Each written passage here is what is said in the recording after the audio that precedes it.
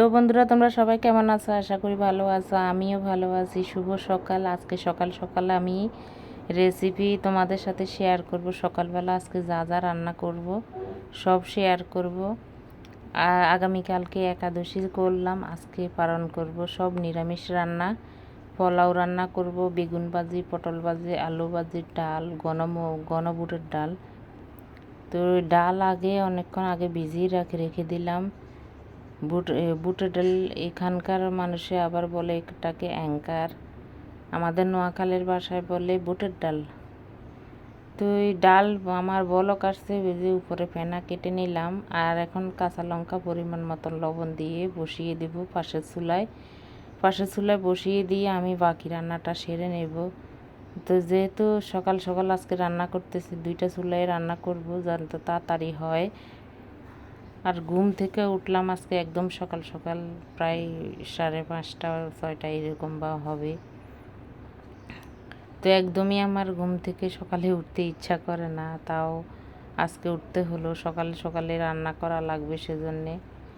তো আমার সকালের নাস্তাটা কমে খাওয়া হয়, বিস্কিট টিস্কিট দিয়ে চলে। আমার একদমই উঠতে ইচ্ছা করে না। তো পরে এখন আজকে তো রান্না করা লাগবে, তো কষ্ট হলো, একটু উঠে গেলাম। তো এখন এই যে বেগুন পটল ভাজি করব, লবণ হলুদ দিয়ে প্রথমে মেখে নিতেছি।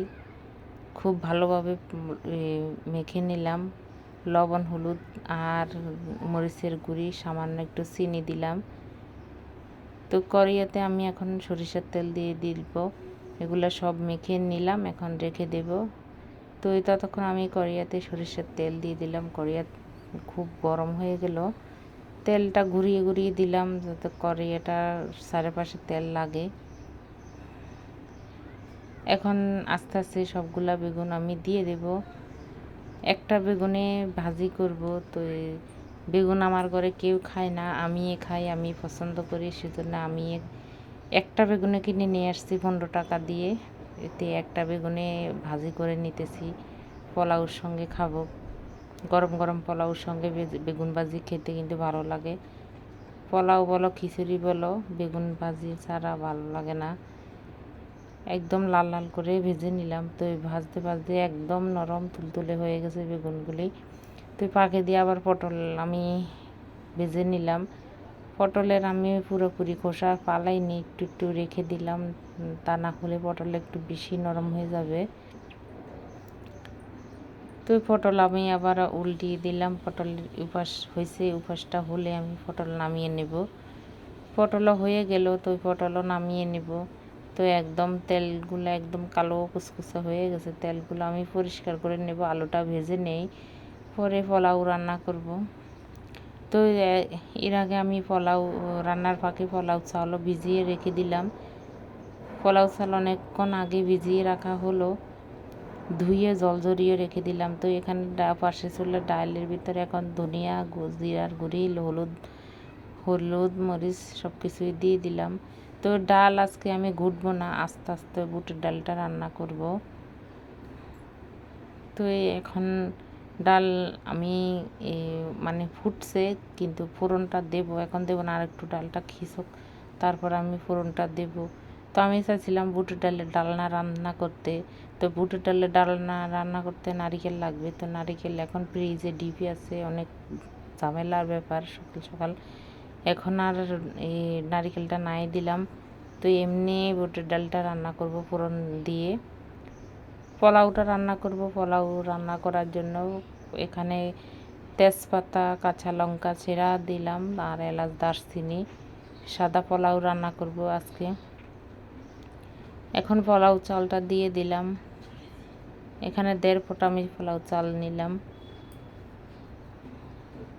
এখন পোলাও চালগুলো খুব ভালোভাবে আমি ভাজা ভাজা করে নেব।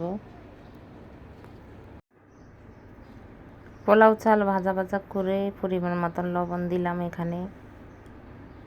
তো এখন জল দিয়ে দিলাম, ঠান্ডা জলটাই আজকে দিলাম। পোলাওটা ঝরঝরা হবে, ঠান্ডা জল দিয়ে পোলাও রান্না করলে একটু ঝরঝরাই হয়, ভালো হয়। তো এই পোলাও এখন আমি পাশের চুলায় নিয়ে যাব। পাশের চুলায় নিয়ে গিয়ে তো আমি এখন ডাল ফোড়ন দেব। ডালও আমার হয়ে আসছে। ডাল একদম মানে ফুটে গেছে, এখন শুধু ফোড়নটা দিয়ে দেব, তাহলেই হবে আমার রান্না। সব কিছুই হয়ে গেলে পোলাও হয়ে আসছে। তো এখন আমি ডাল ফোড়নটা দিয়ে নামিয়ে নেব।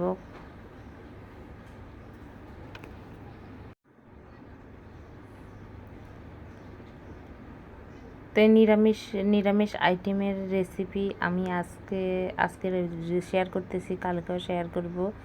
তো আমি যা যা নিরামিষ আইটেমগুলো কদিনে রান্না করব সব কিছুই শেয়ার করব। যারা যারা আমার ভিডিও দেখতেছে তারা সবাই জানে আমি এক সপ্তাহ নিরামিষ খাবো।